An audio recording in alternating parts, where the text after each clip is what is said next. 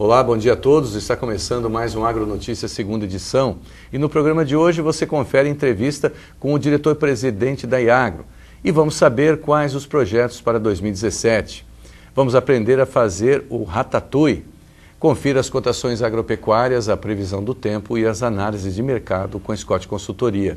Isso e muito mais agora no Agronotícias.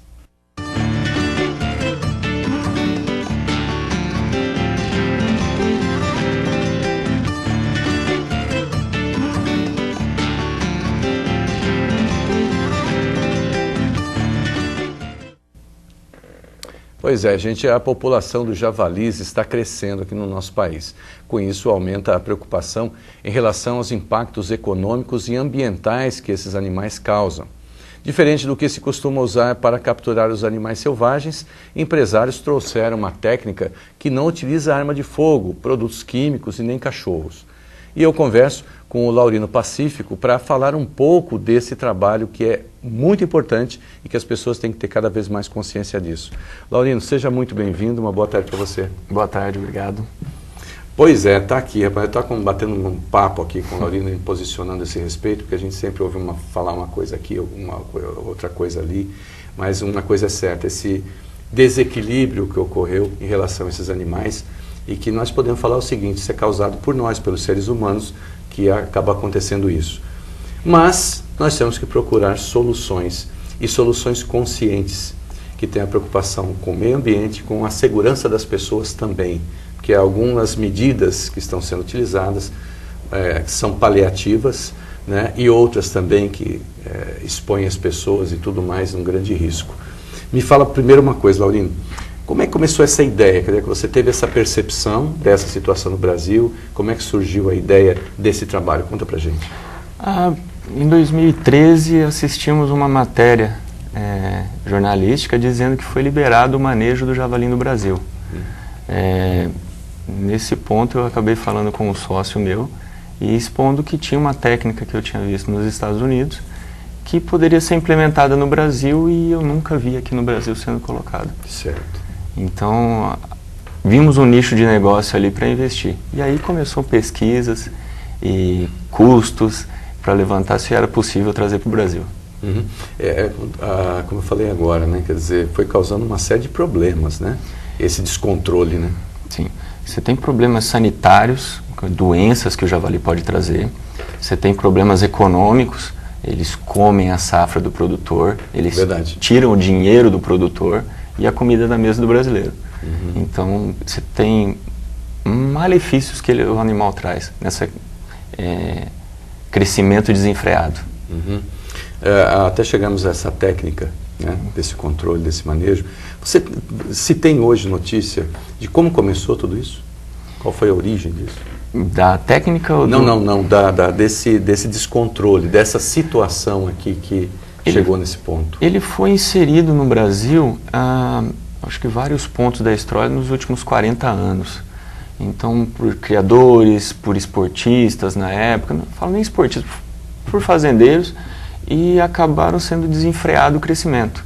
Ele não tem predador natural no Brasil, você tem uma alta procriação, 5 a 8 filhotes por fêmea, então é exponencial o crescimento, não tem o que segurar. Em nenhum lugar do mundo consegue se fazer um controle da população, delimitando ela, de não passar para um estado, de não passar para um país vizinho, é muito difícil, no mundo inteiro.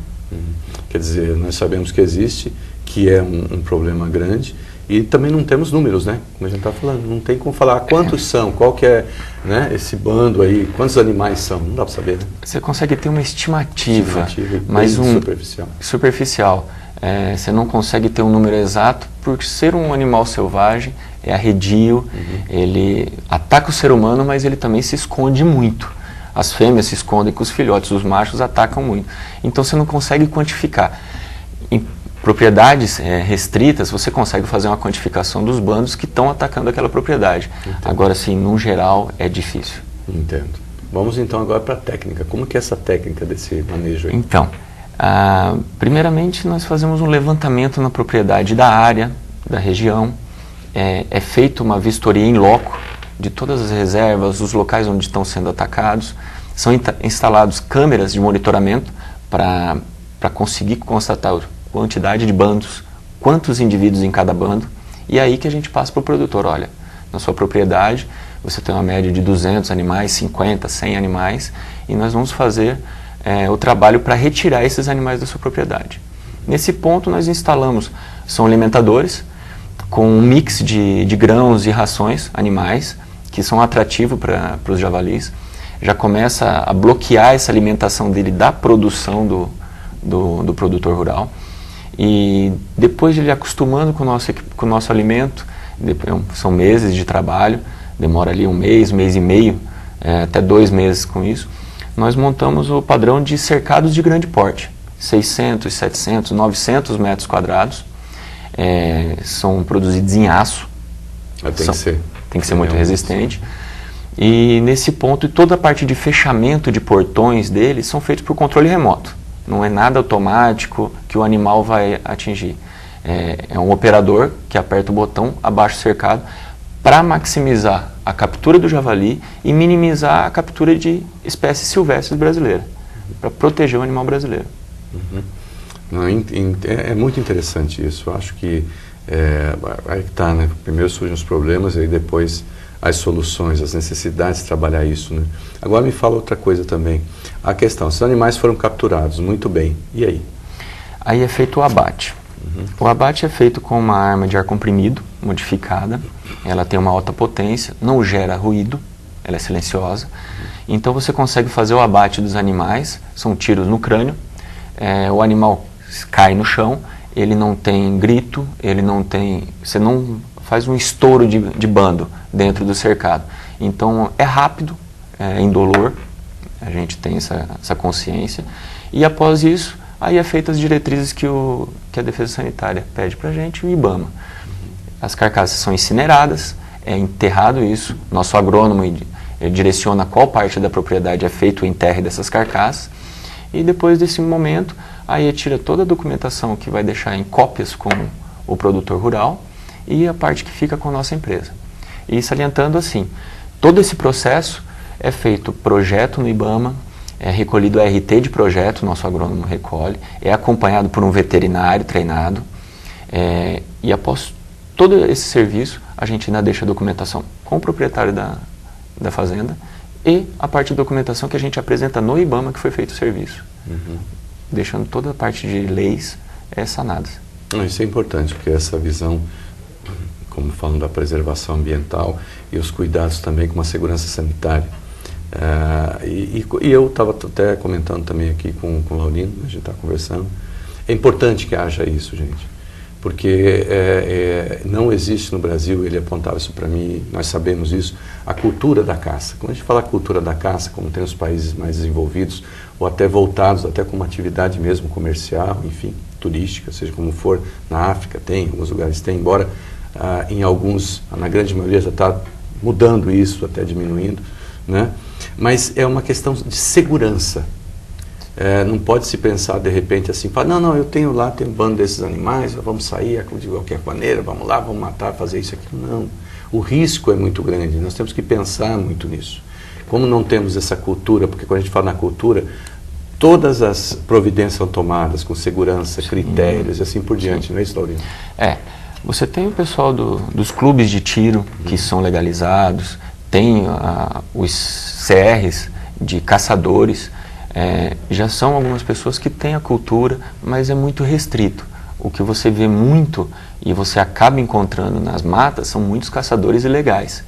Esses são caçadores que não têm respeito por espécies, não têm respeito até na forma de manuseio com armas de fogo, ou até cuidados que você tem que ter com elas. Não tem conhecimento nenhum, a pessoa não tem qualquer noção de como lidar com uma arma. Sim, acontece muito isso, e a gente já vê nas matérias aí, acidentes de caçador matando caçador, caçador se machucando com arma de fogo, caçadores morrendo também, está acontecendo. Então o pessoal está começando a entender que não é tão simples assim, colocar uma arma na cintura ou pegar uma espingarda e ir para o mato para matar o javali. Isso é perigoso e também é um crime. Agora, Se de repente a pessoa tem, como já existe no Brasil, que nós sabemos aqui, existem criações de javali comercialmente, aí é uma outra situação, né? Quer dizer, tem um objetivo comercial, aí é uma outra história, porque realmente o javali, ele tem uma carne diferenciada, tem uma qualidade diferenciada também. Mas esse é um outro projeto, é um outro trabalho a ser visto. Esse daqui eu vejo muito importante.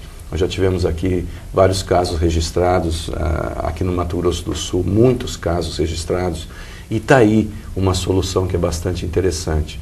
Às vezes pode-se pensar, fala assim, quando procura saber, fala, será que eu vou fazer esse investimento? E aí é que eu digo, é um investimento fazer um manejo como esse. Isso não é gasto. Nós estamos falando aqui de segurança, primeiro do ser humano, de todos nós, estamos falando em preservação do meio ambiente, de equilíbrio e tudo mais. Por isso que vale a pena, né? Sim, como ele já é considerado uma praga agrícola. Olha só. Como a gente tem as outras pragas agrícolas que você tem que tratar toda a safra, o javali hoje ele ataca toda a safra do produtor rural e é um impacto econômico, tanto para o produtor quanto para a economia brasileira. Não tem, se você perde em média 10 a 20%, até mais em algumas propriedades, você está colocando menos grãos no mercado e nisso você aumenta o preço do grão. Não tem outra mecânica que funcione. Então, se você tem menos produto, o preço vai ser mais caro. E a questão de doenças, ataques em pessoas e animais, o impacto é muito grande. Fora a questão ambiental. Esses javalis, eles destroem nascentes de rios, comem pequenos animais, plantas que você vai ter nós estamos em perigo de extinção. Então, além da perda econômica, você tem uma perda ambiental muito grande e a gente tem que combater isso de alguma maneira, do jeito certo, mas tem que ser combatido. Perfeito. Você está lá, tem os contatos, nós estamos vendo na tela ali também, entrar em contato também com o Laurino, procure saber mais a respeito disso, desse trabalho.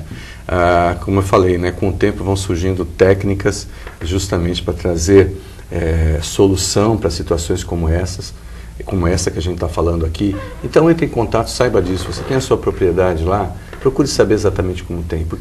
E outra coisa também, quando eu falei aqui dessa maneira desordenada de caça, ou isso e aquilo, são métodos paliativos. Não, com isso eu vou acabar. Não, é todo um estudo, isso aí é uma ciência. Esse manejo envolve todo esse planejamento que é justamente para você resolver a situação. Aí nesses outros você só vai tendo gasto, correndo perigo e não vai resolver nada. Então, não é por aí o caminho. Laurino, muito obrigado por ter vindo. Bacana, isso aí é uma situação que a gente já conhece há um bom tempo, você trazendo para a gente essa solução. E muito obrigado, nós estamos aqui sempre à sua disposição e boa sorte nesse seu trabalho aí, nessa técnica também. Obrigado mesmo. Não, eu que agradeço a oportunidade, também fico à disposição dos produtores, de vocês também. O que vocês precisarem, estamos aí. Maravilha, tá aí. Pois é, gente, tá, né? Só quem ficaria contente com isso, não sei se muita gente vai lembrar ou conhece, seria o Asterix. O Asterix, o Obelix, eles ficariam, né? Porque na história em quadrinhos, que é para mim a minha favorita, que se alimentavam basicamente de vários javalis, né? Mas aí é uma outra situação há muito tempo, né? Então vamos lá.